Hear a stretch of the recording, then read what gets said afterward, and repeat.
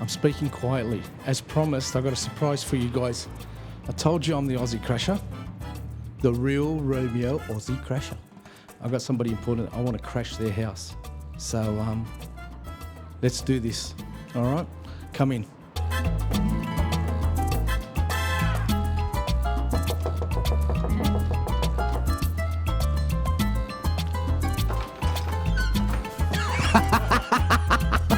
Romeo, come on in, mate. Hello, mate. Always well. Give me a hug. Give me a hug. Good to see Guys, the man himself, Mr. Riccardo Bosi, the leader of Australia One. Did you know? Evening all. Welcome. Welcome to Hey, cousin here. Let's have some fun. Let's go. Right? Come on, guys.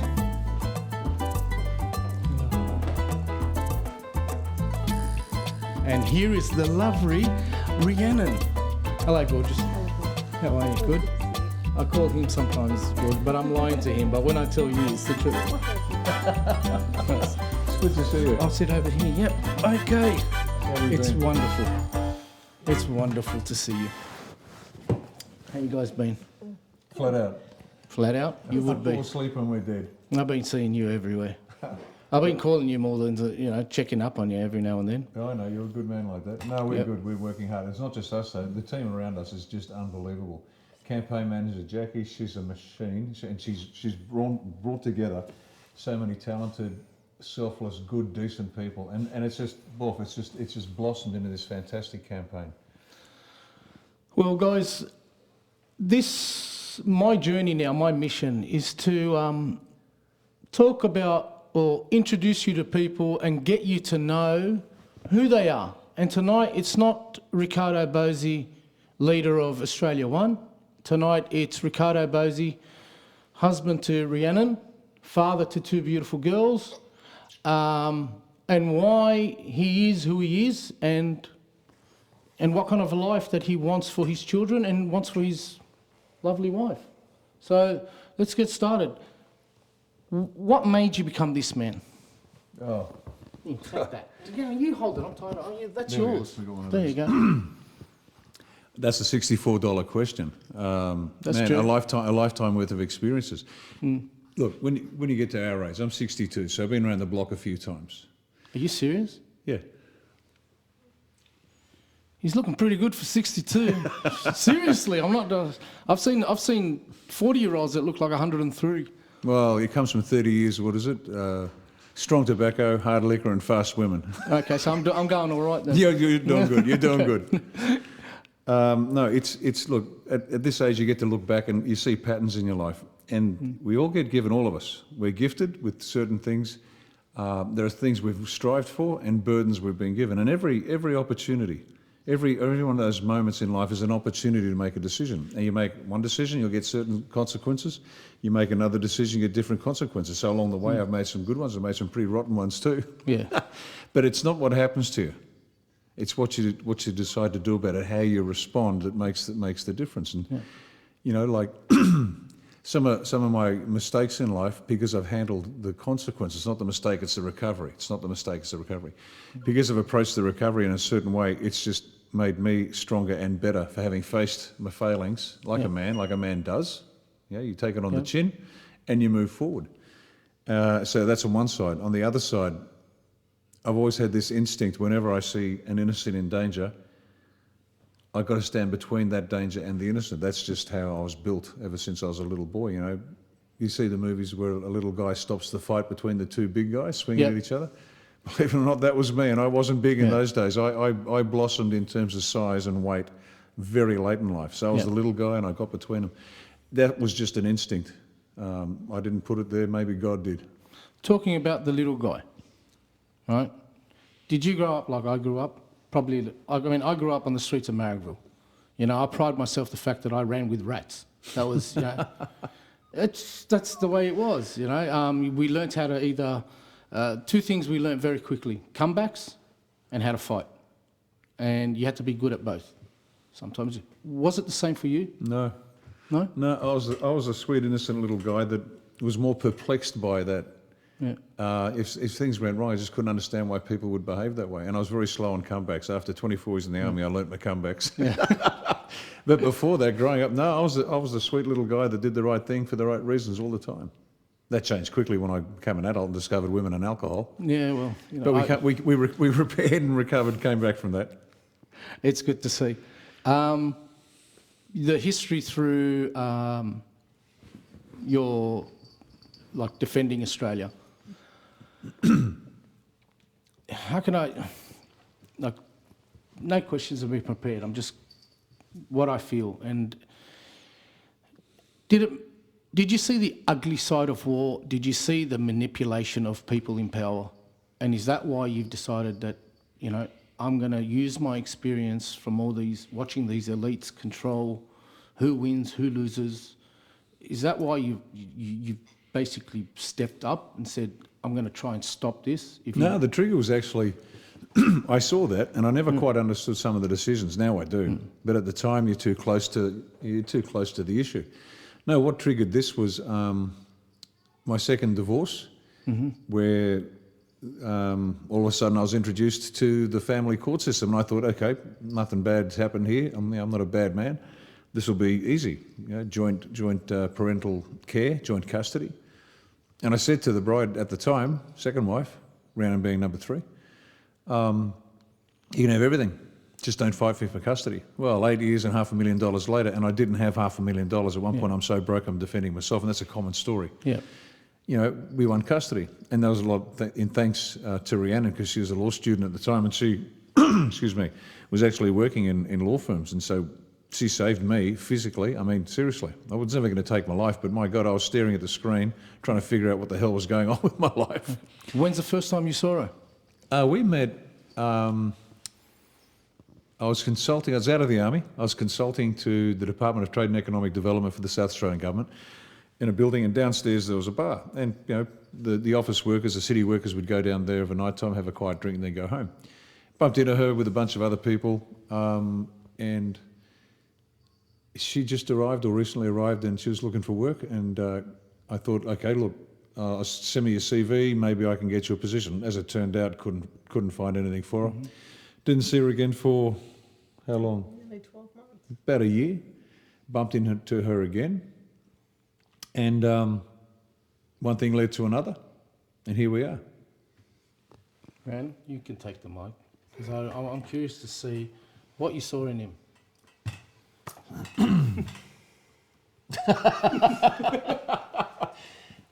She's stuck for words, and that's you've done well, mate. She's never stuck for words. Oh, look, what did I see in him? I actually just saw a really, really nice person going through a really tough time with law. And I mean, obviously you try and, when you go into a relationship, there's a child involved, and it's the family legal system, you want to actually remove yourself, because, you know, that person needs to have a relationship with the child and needs to be a support mechanism for the child to get through it. So I was just sort of seeing how it went, I suppose. We took things very slowly indeed, simply because there was a child involved, his child.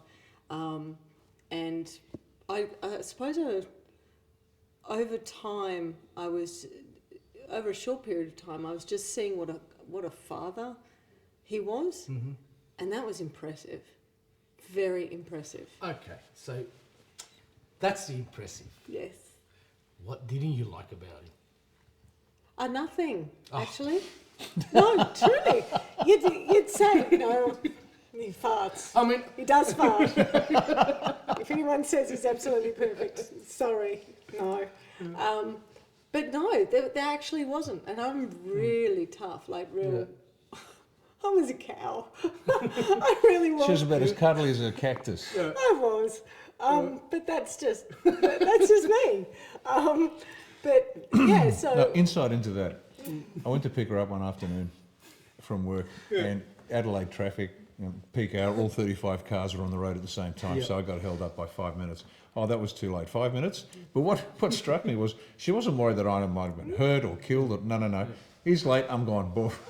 All right. I started walking. What? If you're that hard, all right. If you're that hard to please, or to I get just your attention, wasn't tolerant. what's the dumbest thing he's done on a date?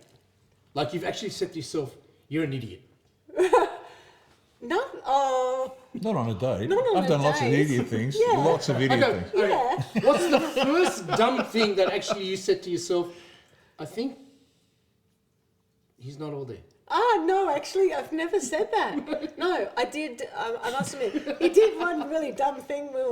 We decided to have a dinner, like a salad in the back garden, and I don't know what the hell he did. It's the worst salad in my life. What was it? No, the lettuce was a little Off. bit. It was off.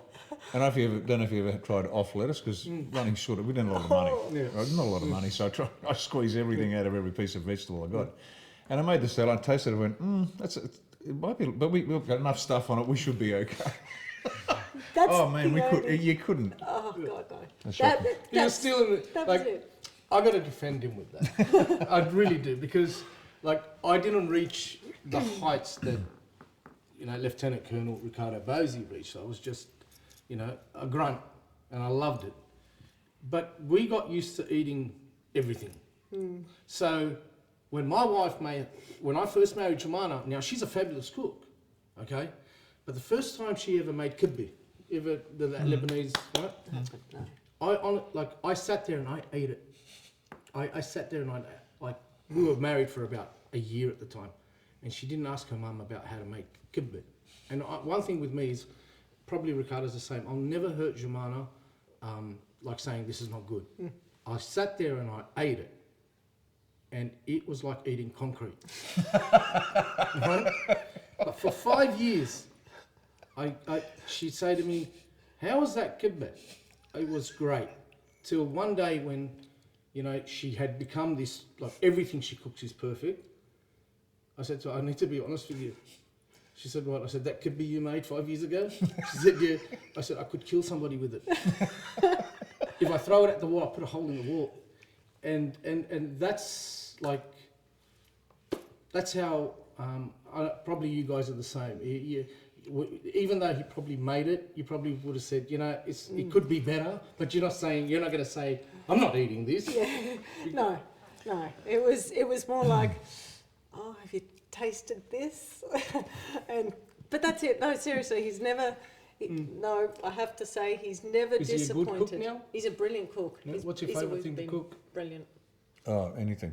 As long as it's good. Like I like a good risotto alla marinara. In fact, just on that, when Rhiannon was diagnosed with MS, we'd been married a month. So a month later, MS.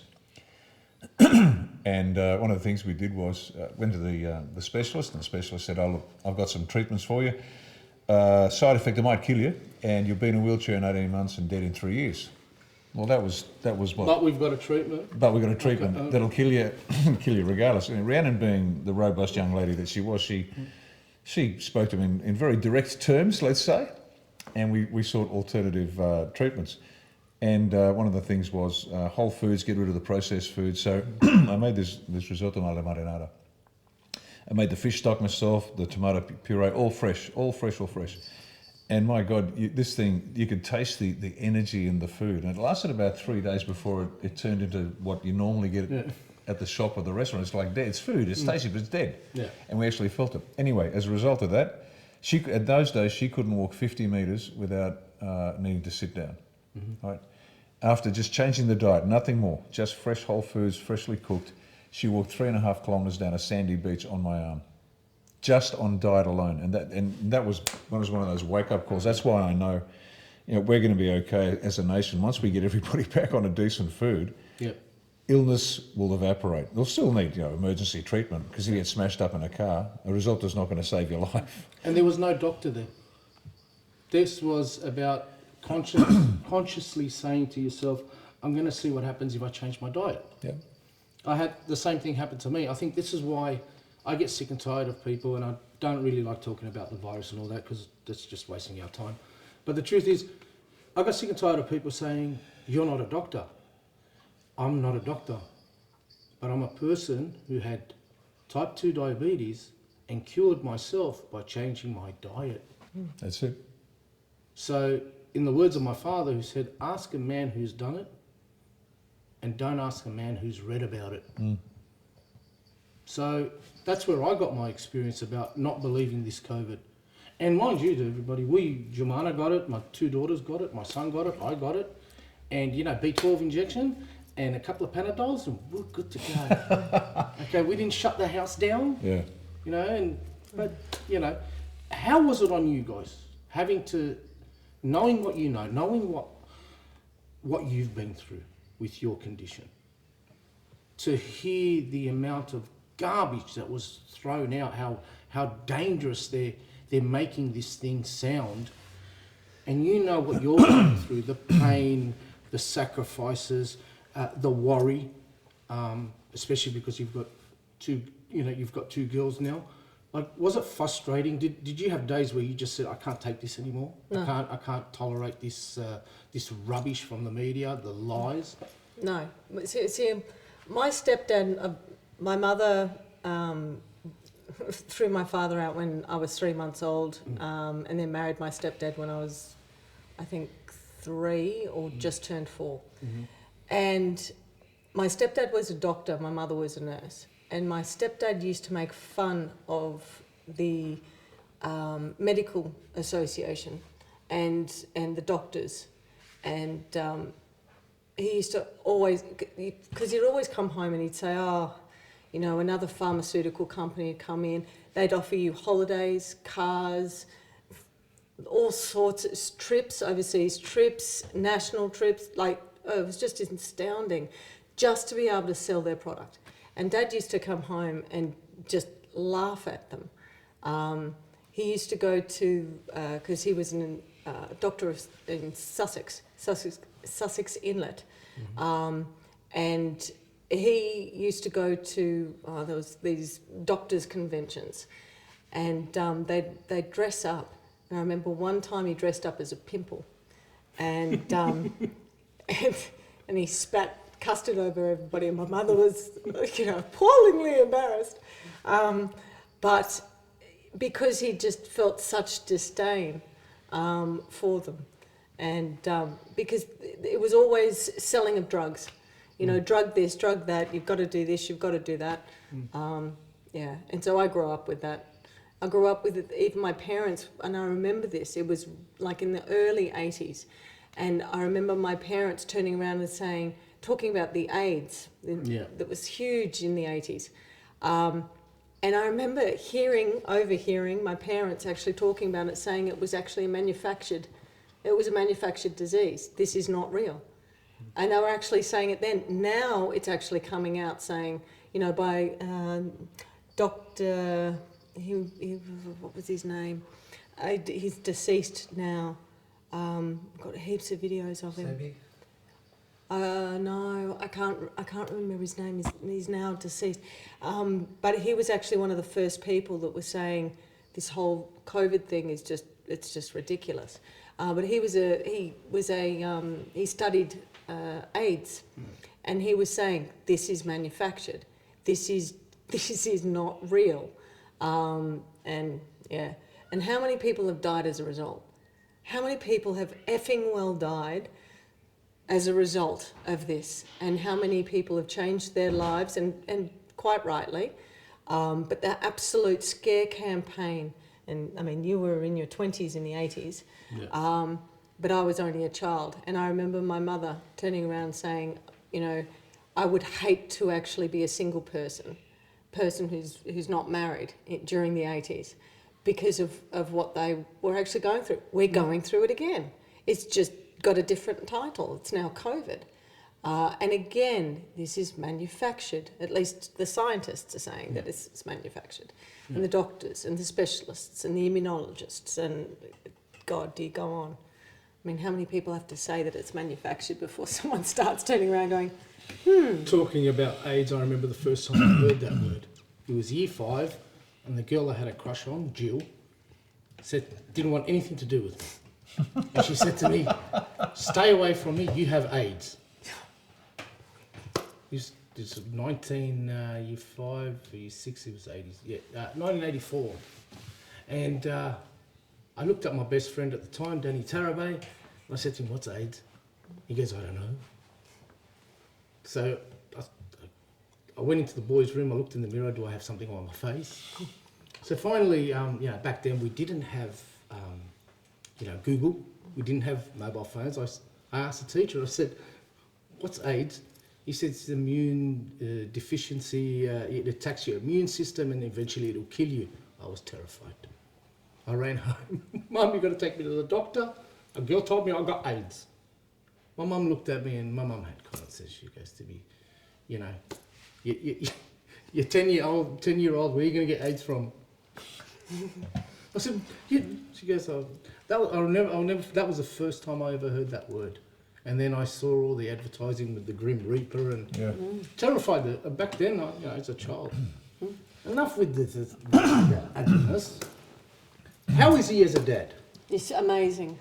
He's amazing. Yeah. I grew up in a very, I think they call it disciplined family. But I was raised, with hitting, that you actually have to hit someone. When you're wrong or you've done something you've broken the favourite glass, then you get smacked for it. Never did I see him raise his voice to his son. Never did I see him ever raise his hand. It was extraordinary. And his son was just gold. If there's a golden child, it was him. It was extraordinary. So Rick actually tells a funny in that when he had obviously Hugo, and he thought, he was a god, the best dad in the world. And then our girls were born. And he realised, no, it's got everything to do with the child. But he was just absolutely brilliant. And I suppose I didn't come from that kind of a family.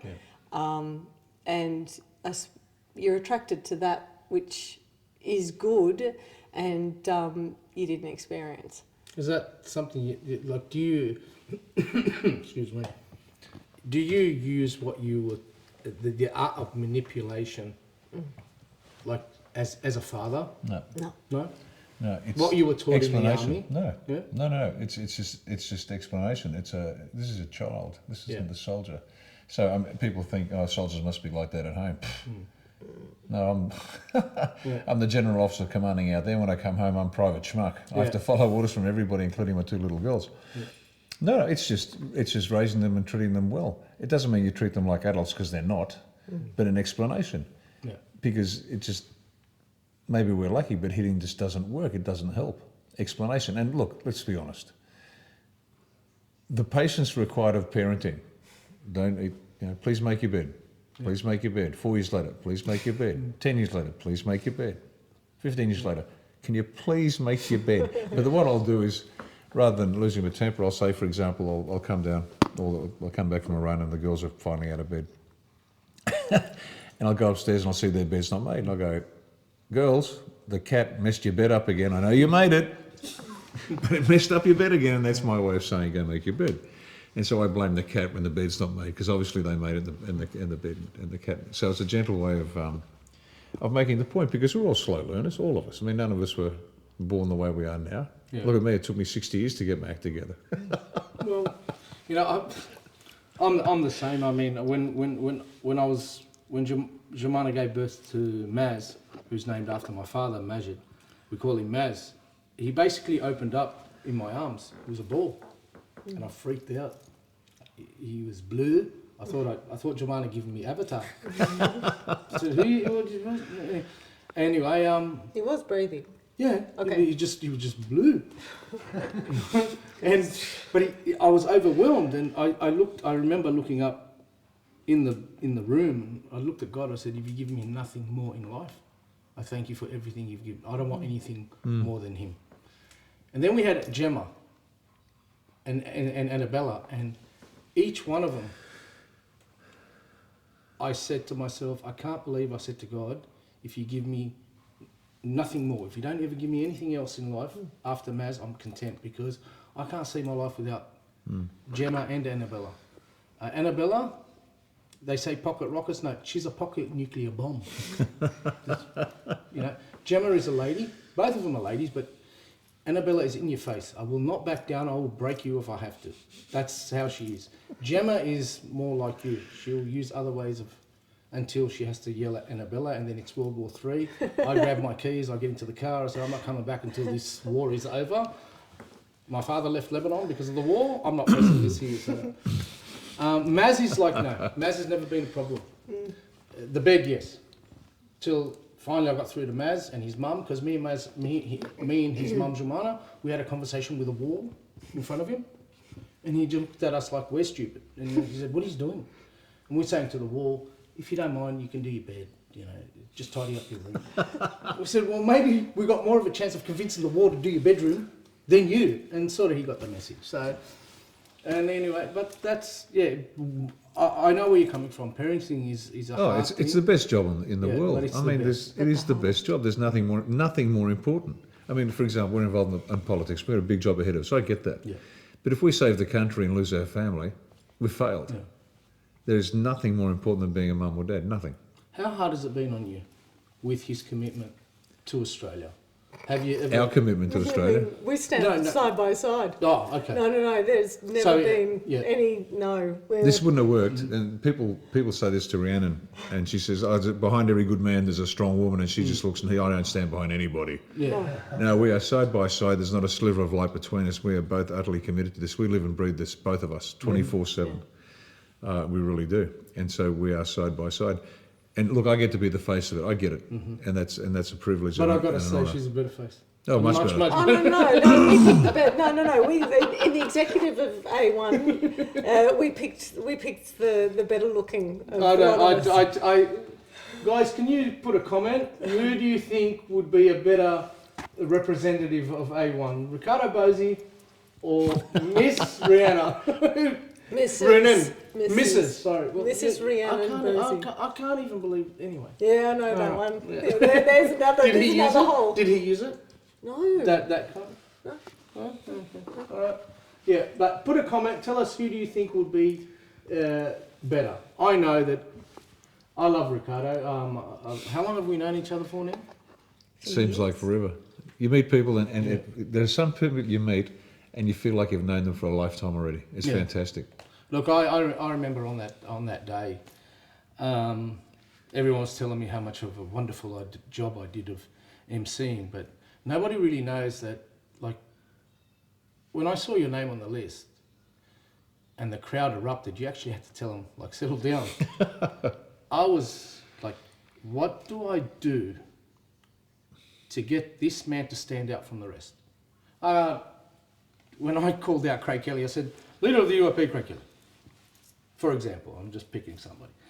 But with you, I had to stand and, like, I needed them to erupt.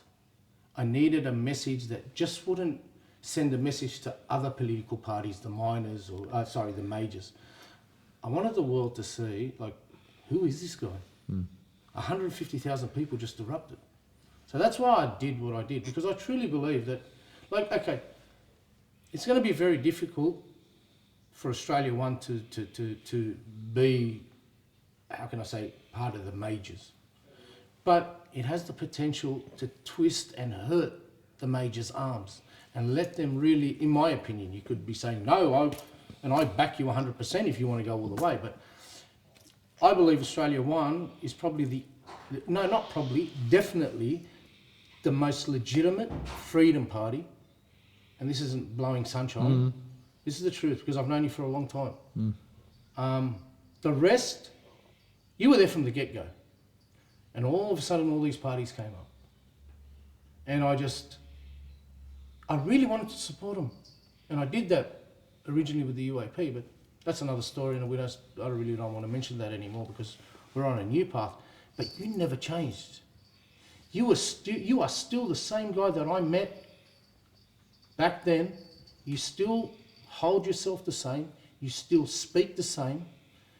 You haven't changed. And let me tell you, that's quite an accomplishment, because I met so many politicians who I helped, and the second they felt a little bit of power or a little bit of popularity, excuse me, they changed. They changed. It's like, I don't know you anymore. But you haven't.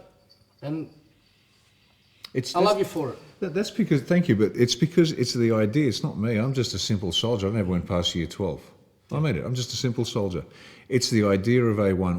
All that we, as an A1 organisation, do is just talk about kids and family. That's the first metric. The second is sovereignty and liberty, and the last one is decency and unity. I mean, it's just decent stuff. It's just common, and that's what drags everybody in. You've seen the A1 family. We're an odd bunch. We've got everybody. We've got Rastafarians, cockies on tractors. We've got straight back blue blazered conservatives. We've got a baldy guy down in Victoria. Yep, we got Chopper Reed's twin. Yes. And we've got hardcore unionists, and they all understand that what we're talking about is not left and right, it's right and wrong. It's just decency. Let's build this all together. And man, oh man, what a combination. So yeah, it's true, but it's the idea. And just to correct you on one small thing, the majors won't be the majors for much longer. They are evaporating, and A1 will be the only game in town. And again, I'm not saying that just for the sake of it. We will be the only game in town, here's the what is it? The proof of the pudding is in the eating. We've got 10 independent candidates. They're all A1 supporters. Yep. They adhere to the A1 policy platform, but they are genuine independents. Because when they said, for example, how do we preference, I said, that's up to you. You're an independent. You go for your life. Yeah. Have at it. And where do you find them? Oh man, everywhere, and every one of them is just a gold star candidate. They're decent people. They've been around the block a few times. They are very, very different professions, different ages, different sexes, different sexual orientations. Yeah. But they all want a decent Australia. Yeah. Now, these are the first 10. I'm one, and there's another 9. Yeah. What's going to happen after this election is going to be fun, because we're going to attract a whole bunch of people from these other parties, disaffected parties. Yeah. Liberal and Labor will evaporate. Yeah. They really will. They'll cease to be. There might be a handful of decent Liberal guys or girls that get in, a couple of decent Labor ones, but it's not about their people. Their party is so rotten. It's a fetid carcass. It stinks. Make me a promise. Sure. Even if Albanese becomes your best friend, please don't let him into the party. Just kick him out, Albanese, because he's the biggest liar. Into A1? Yeah. No. I'm gonna let's be honest. If Labor dissolves, Albanese is a leech. He's going to look for something to he's like Abbott. I can guarantee you, not one standing politician in anywhere, in any parliament anywhere, is going to get into A1 because, and the simple test is this: how many have spoken up when they should have spoken up? Remember, I said a long time ago. Remember what they said and didn't say. Remember what they did and didn't do. Yeah. There's not one politician that has stood up and said, "We're done." Well, we've got Scott Morrison coming now, signing up to he wants to sign us up to the pandemic treaty, allowing somebody. I see nothing wrong with somebody coming into Australia and telling me or telling our nation what to do when it comes to So you see nothing wrong with possibly saying your army is not up to scratch, so we're going to bring a foreign army in to control you. We got nothing like you didn't. He doesn't. The man cannot fathom what damage he's doing to our reputation. I think he's acutely aware of it. I think he knows exactly what he's doing. Yeah. And he's a marionette. I'm sorry, he's been bought and paid for. I just think he's a dope. He's a desperate dope. No. He knows exactly what he's doing. He's been picked. Yeah. He's been picked. That slave has been picked because he does what somebody else tells him to do. Well, I've got good news for you. The elections in Lebanon are over, and I'm wearing a red vest today, a red blouse, because my political party, the Freedom Party in Lebanon, which I've been part of since I was a child, and my bloodline is my great-grandfather and so on, we have overtaken the government. Truly. Fantastic. Congratulations. Congratulations. Or every single candidate in our political party has come through. We've got 22 candidates, the biggest, and that party in Lebanon now has proven that corruption, greed, can be defeated. Brilliant. That's great news. We're talking about major political parties, and you know the ones. Both some places they're listed as a terrorist organisation. Yeah. But they've been taken out, and it takes me back to 1982 when the president at the time that was assassinated had a dream of uncorrupting Lebanon, and finally we see that dream after 40 odd years. Man, if it can happen in Lebanon, Yeah. there's hope for the world. And it's not an insult, that's just a statement of a real achievement. Wow, Yeah. that is fantastic. And this political party represents all religions. Every they don't care. We've got candidates from every single religious sect, and like we're excited. Everyone's really excited because we did not believe it was going to happen. We were praying for it for nearly 40 years. After the death of Bashir al-Ismail, the president, we kept praying that, you know, we need someone because Lebanon's just nosedived. And I guess if I talk about myself, that's why my love for Australia and why I stood up to fight is because I saw my parents' homeland. This is my homeland, but I'm still connected to Lebanon. I saw it nosedive, and I said, "Hold on, Australia. I feel the plane is dipping. I got to run to the front, whether it's me take control of this joystick, or get somebody else. But this plane needs to lift up because we're gonna and I believe that even though we're not there yet, but we've managed to just lift the nose up a bit because, and I owe that to a lot of Australians waking up very quickly, and I owe it to people like you. Stuff the rest of the kids.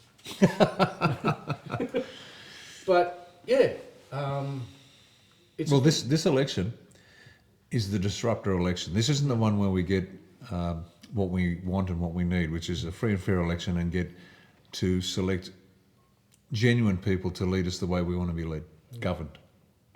This is the disruptor election. This is going to be a god-awful mess, and that's fine, because this is the one where Australians wake up and realise, my God, what the hell have we allowed to happen? And as I've said before, we're all responsible for this because we're all asleep at some point, and I've been around longer than most, so I've got more responsibility to shoulder here because I should have woken up sooner, but I didn't. But eventually I did, thank goodness, and now we're on the job, which is great. But this is the disruptor election. It's going to be messy, it's going to be untidy, and you know, there's a couple of options, but can you imagine if Liberal and Labor can't govern in their own right, they can't form a government in their own right, and the independents refuse to give them the balance of power, which is exactly what I'm going to do. Our job isn't to give anybody the balance of power. Our job is to kick in the door, get in there, reveal the truth of what's been going on so that people can step back and say, we need to do this differently. But let's say that happens. I'll bet my bottom dollar, London to a brick, that Liberal and Labor will form a coalition together against the independents. And that'll be the last piece of camouflage that these two parties are somehow different. I think they've already done it. We know that they're two wings of the same bird. Yeah. But I bet you watch a Liberal-Labor coalition just of government, and even the blindest Freddie out there is going to wake up and say, hang on a minute, something's wrong. Well, let's say we get all 10 candidates in. Yourself, as the leader of Australia One, are you going to go to Hawaii? Oh, mate, I'm going to have the great pleasure in explaining to the Australian people we're not giving anybody the balance of power. We are going to go back to the polls, but after we show them why. It's important to provide evidence to the people, because you don't hold elections for fun. But the people have to see exactly why we're taking the position, which is not to get our snouts in the trough. That's not why we're in there. We're in there to bring it down. But the evidence is critical, and we're talking about unconstitutional behaviour, out and out unconstitutional behaviour. We're talking about crime and corruption. We're talking about pedophilia. We're talking satanic ritual abuse. And these are things that used to be reported in the press. Ian Leslie in 60 Minutes did a piece on satanic ritual abuse. The Canberra Times used to, in the press, in the print media, used to report this stuff. And it's real. And that's the glue that keeps this corrupted Masonic filth together in the country and actually running the show. That's why it's so hard to crack, because they've all got something on each other. It'll come down, and we have to provide that evidence to the people. And when the people see it, and when the full depravity of what's been visited upon them is revealed, they're going to be furious. I mean, even if you don't believe that, let's say there are people out there who have no understanding or belief in that. Let me tell you about tax and how much money's been taken out of every Australian's pocket since forever. Yeah. Now, I'll try to get the numbers as right as I can. We've got a tax policy that says this. We're going to get rid of every tax there is. Okay? Income tax, payroll tax, land tax, stamp duty, Queen's going to be GST, FBT. It's all gone. And we're going to replace it with a 2% expenditure tax. And I did an interview today. And the young guy said, well, that's great, but how are you going to pay for this? And I said, okay, let's look at some numbers then.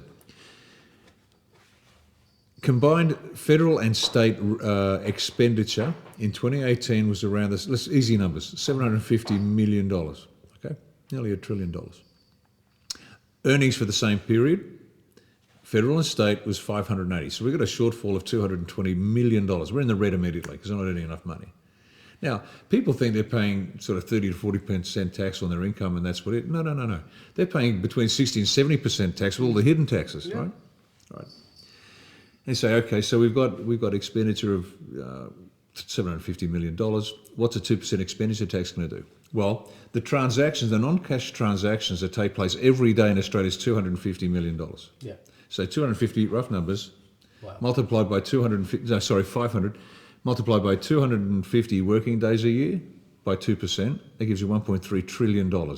So we can cover our expenses, and we're in the black by $500 million, $500 million. So that allows us to reduce our debt and build infrastructure. And people can say, but how can you get so much money when you've cut all the other taxes and you're taking so little? Because our economy is so big, and the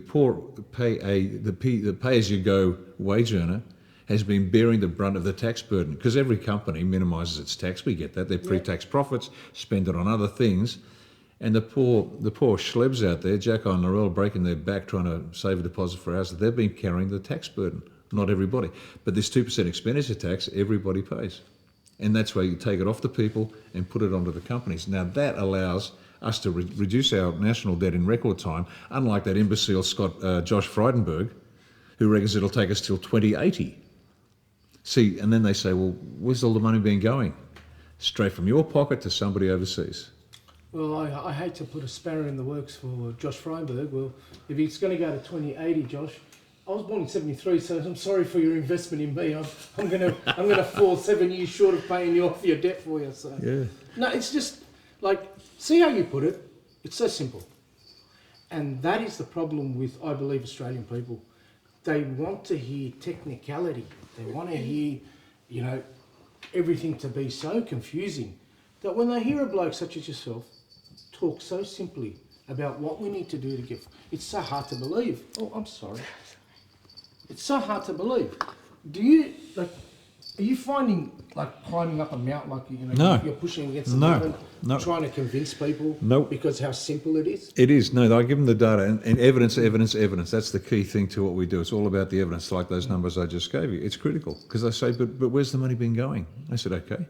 Between Julie Bishop and Julia Gillard, they gave $500 million to the Clinton Initiative. Now, why would a sovereign government be giving money to an alleged charity that gives about 3% to actually charitable works and the rest goes in somebody's pockets, Chelsea's wedding and things like that? It's just insane. Another 100 million, and that's big money, and that's just two donations. Then to Clinton. Then you got Malcolm Turnbull's $444 million to the Great Barrier Reef Fund that had more directors on their board than they had members of the actual organisation. They didn't ask for the money. They didn't know what to do with the money. They didn't $444 million. And then you've got smaller ones like $100 million to Hamas. Now, why are we funding terrorists? I have no idea. There you go. And this is stuff, and they say, where's the money going? It all goes overseas because governments are designed to take money out of your pocket, filter it through the system and give it to their backers overseas to special interests. It doesn't go into consolidated revenue to build roads, ports, airfields, hospitals. None of that. I look up the road here, there's schools, and they've got those prefabricated buildings as school buildings. Why? Why are we doing that when hundreds of billions of dollars are going overseas to special interests? And that's why we can do what we're going to do. I also need to emphasise the fact that once we give whatever country we give them the money, we can't tell them what they can use it on. They could buy weapons against us. And we can't say, like, you can't, like the Indonesia, what was it, $500 million? Yeah, and 300 million, when I was there, 300 million to PNG untied aid. Here's 300 million bucks. I know exactly what they did. I was in Papua New Guinea, 1991, as a senior instructor infantry wing at Goldie River Training Depot. Yeah. And we used to watch the Chinese even then taking over, and we watched this 300 million Australian dollars go in. And our pollies are crooks, but these guys are even more obvious. The treasurer at the time, he embezzled 5 million kina, which is about $5 million in those days. And he played it on the short-term money market, made a killing, and then put the 5 million kina, the original principal, back and pocketed the difference. Anyway, this hit the press, And he said, and his whole defence was, what? I put the money back. What are you complaining about? And everybody went, yeah, okay, no worries. So untied aid, it just goes off into people's pockets. Yeah. Now, I'm not naive. I know that's how international politics works. You pay off people. Yeah. But let's think about it. Schools, hospitals, please, dams, flood mitigation strategies, all the stuff that apparently can't be done. Yeah. But it can Homeless. Oh, Homelessness. Yeah, homelessness. I mean, Bob Hawke had a dream. I don't know about it, but you know, I guess he just used it as a political, a political stunt. But you know what? I truly believe that if we can't get all the homeless off the streets because some of them choose to be that way. But I'd say around 85 to 90% really need. We can get them off. Oh, look, we can do it. We can. This country is going to be the best country on the planet. That's not just a throwaway. I mean this because we've got everything we need. We've got a massive, massive piece of land. We've got all the resources. We've got a variety of climate and vegetation and terrain. It's fantastic. We get all the water we need. Tons of water. Tons and tons of water. We can green the eastern seaboard. We've got a plan for that too. Water from Tully's going to go all the way through Queensland. Green Queensland, plug into the Murray-Darling, and then actually go down so the boaties at Victor Harbour in South Australia get their boats out of the harbour. As the water goes down, can we build a hydro for electricity? That's part of it. Yeah. Turbine generators all the way down, and these turbine generators they're not turbines actually, they're whirlpool. They're about 1.5 metres in diameter. Yeah. And so it just spins around and goes and turns the motor. Each one will generate enough power for a township of 2,000 people. Oh, beautiful. So it's all there. We've got a plan. So South simple. Australia, there's a subterranean aquifer which we can tap and turn that great red sort of dry mass north of Adelaide again into the breadbasket of the world. The Ord River scheme, expand the Ord River scheme. This is, you want food security, you've got it. You want energy security, we've got it. We've got everything we need.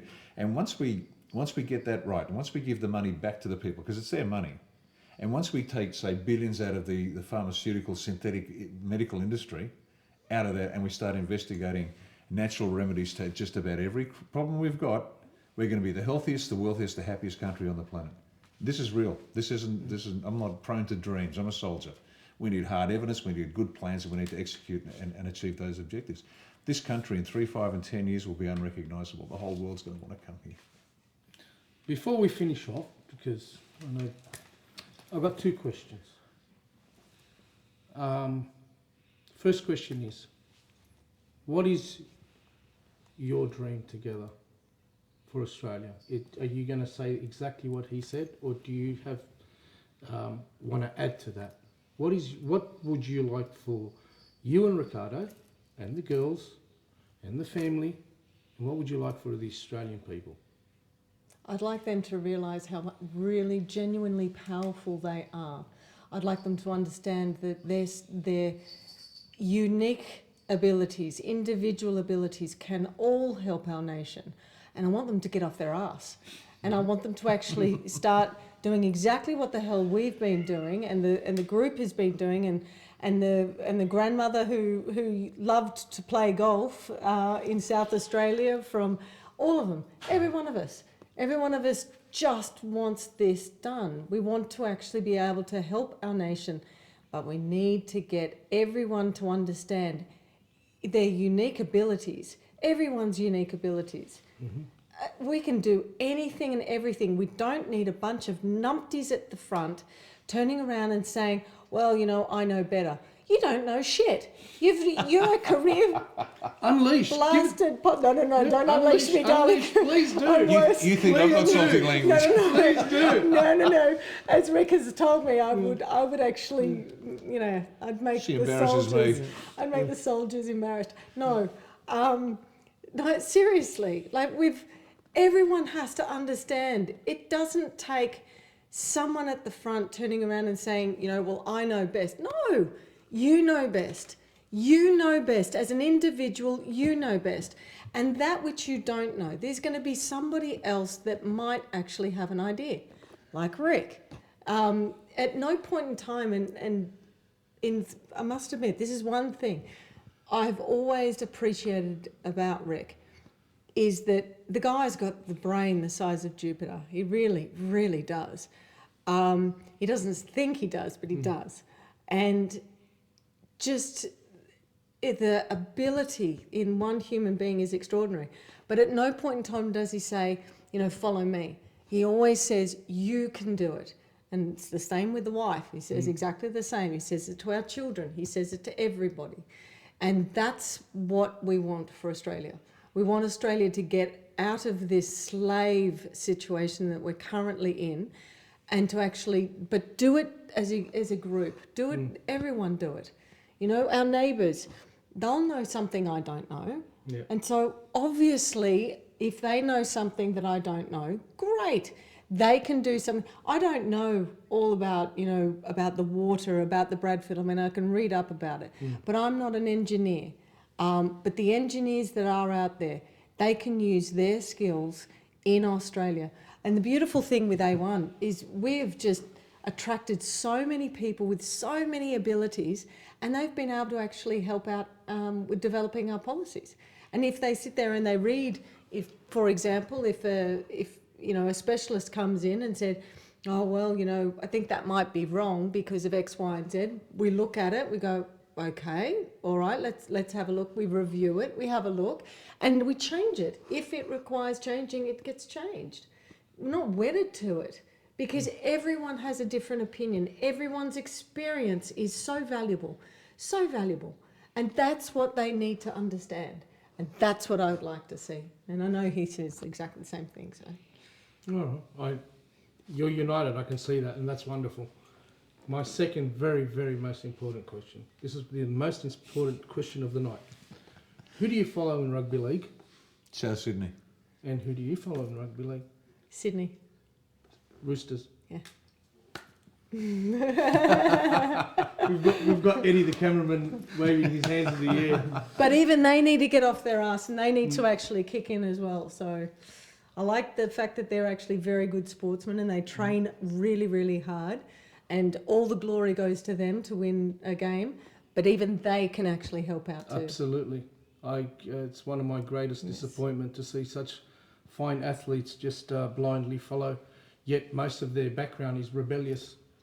Most of the greatest athletes in sport are kids who grew up in housing commission, in less fortunate situation, and they did it because they wanted to get out. And all of a sudden they're in a position where, what happened to your rebelliousness? What happened to your individualism? What happened to your drive to achieve? I remember in the old days, Tommy Raudonikis and Ray Price. Well, Tommy never changed. God rest his soul.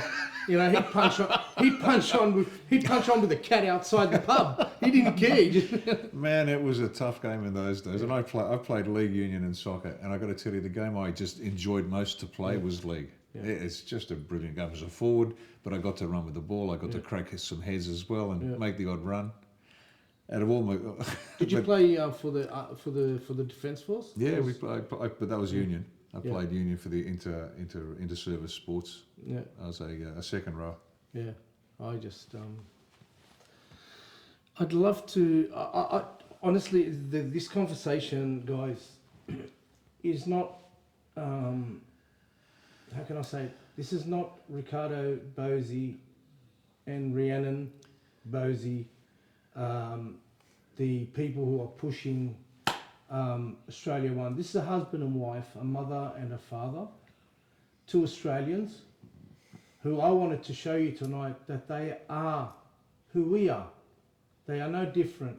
This is a home that they live in. It's a place of, like when I first walked in, it was welcoming, it was warm. They are just like us. And I wanted to have some laughs and to show you a different side and show you the true side, that these people who are leading us Australians out are one of us. They didn't go to an elite school. They didn't work their way through some, mail room in a political party to wait their turn so they can get their time in Parliament. You have a gentleman here who swore an oath to protect Australia. We have a lovely lady here who, you was doing law. Did you finish off or did you? I withdrew from. I saw the family court system and I was so disgusted. I actually withdrew. I said, I'm better than that. I'm not gonna. Well, I lower believe, myself you know, to that. I just want to say thank God you withdrew, because that opened up the way for you to do this. And we need this. So remember, guys, this isn't a promo about, you know, follow Australia One. No. Riccardo will tell you, and Rhiannon will tell you, follow your heart. Follow people that are genuine, that aren't going to sell you out as soon as they walk into Parliament House. And it might be another party, but open your eyes and see the truth. I'd rather follow a man who gave his life to Australia, right? He dedicated himself. He didn't die. I'm not saying that. God protect you, Riccardo. I'm so sorry. I feel, but this man said, I will protect Australia. And just because he took off the uniform does not mean that he's changed his mind or not committed. But what's made him even more powerful is the lovely lady next to him, the mother of his children. Oh, without a shadow of a doubt. Without her, I wouldn't be here. Can we get some last words from both of you? And we'll leave you alone and I'll piss off.